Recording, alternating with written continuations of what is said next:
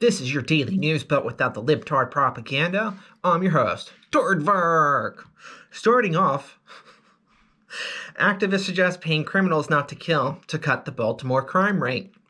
Now, you're probably going to have a hard time believing this, but the activist who's recommending this is himself a convicted murderer.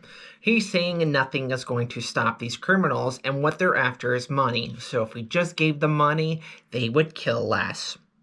Something else that should be noted, Baltimore has some of the strictest gun laws.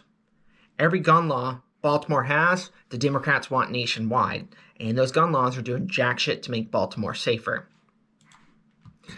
LGBT people of color 2 times more likely than straight white people to get COVID-19, this new study contends. It's just anti-white racist trash saying that white people are privileged and that's why they didn't catch COVID. It says nothing about all these protests and riots that black people disproportionately attended, which were mass spreading events.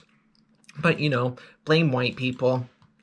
Who cares what the decisions the black people made? It's always white people's fault. That's America in 2021. Japan's LGBT party invites women to look, not talk, at key meetings. LDP is the Liberal Democratic Party of Japan, and what they think is that women talk too much, and so they allowed 5 women to come observe and give their opinions afterwards. Like Joe Biden said, we just gotta respect different cultures. Am I right? Colombian Professor, I do heroin regularly for work-life balance. Now, I know a lot of people are going to have a complete objection to this story, to this professor, but he is a doctor. He's like a neuroscientist or something. He has a super serious degree that was hard to attain. He's super accomplished. He's cited quite a lot. He has a successful work life, a successful private life. He has kids. He's living the American dream. And the reason why he has come out and admitted to being a heroin user is because he wants to destigmatize drug usage. We live in a society that has been force-fed propaganda for 50 years now. We lost the drug war and we have to admit it. The main problems we have with drugs in America is that they're illegal. Because they're illegal, bad people sell them. And because bad people sell them, we get bad outcomes. If beer is legal, drugs should be legal. Extremely sadistic, guards gang rape religious minorities in China's concentration camps. Former detainees allege. More and more detainees are making their way to the West to tell their stories.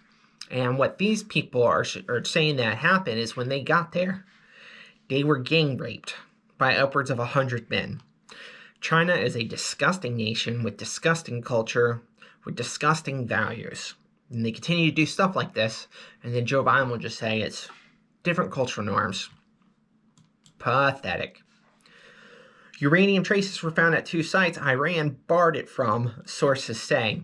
They did inspections, and after being stonewalled for months and months and months, the inspectors finally got in there and they found trace amounts of uranium showing that there hasn't been uranium here in 2 decades was a lie. Again, unpopular opinion. I don't care if Iran gets nukes. We have nukes, and if we're not willing to disarm our nukes, I don't understand why we're telling other countries to disarm their nukes. Either Iran is a threat and we need to destroy them, or they aren't a threat and we need to mind our own fucking business. From Gorilla Glue mishap to Bachelor, why is it so hard to give black women grace? Now, I don't understand what this black author means. Why is it hard to give black women grace? What this woman did was put glue in her hair. She made a stupid decision. She's 40. Black don't crack. She looks younger than she is. But she's 40. She's well into adulthood. She knows not to put super glue types in her hair. And yet she did it. And she should suffer from the consequences from that. Now, what she got out of this was $26,000 from a GoFundMe, a free trip to California, and a free surgery from a plastic surgeon. So she didn't have to pay for any of this. She profited tens of thousands of dollars, and now she has a full-time agent. So I don't know what this black journalist means by we need to give black women grace, because this woman not only made a stupid decision, a middle-aged woman made a stupid decision, and she's drastically profited from it in every way imaginable. Maybe people who put super glue in their hair don't deserve grace. and she should be shamed instead of be giving tens of thousands of dollars in the limelight for a month now. Marine investigation woman's TikTok video claims the general allowed perpetrator to stay in uniform. Now, fun fact about me, I used to be an interrogator, and I have quite a lot of lie detection training. And in my professional opinion, this bitch is lying.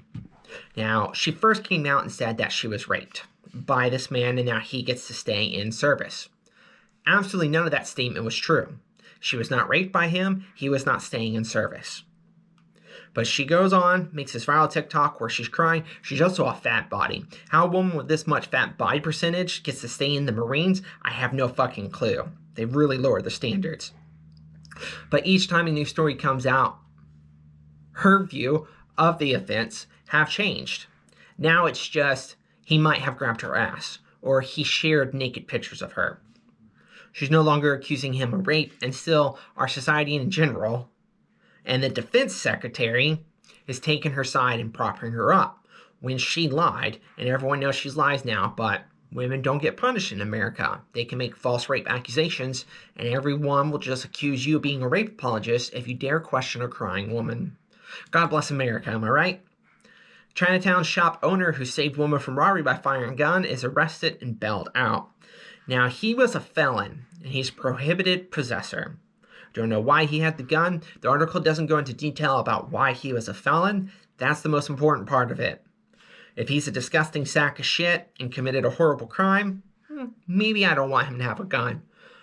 But if he just got caught with weed 10 years ago and now he's a felon, I don't really care if he had a gun. Some of our laws are outdated and need to be updated.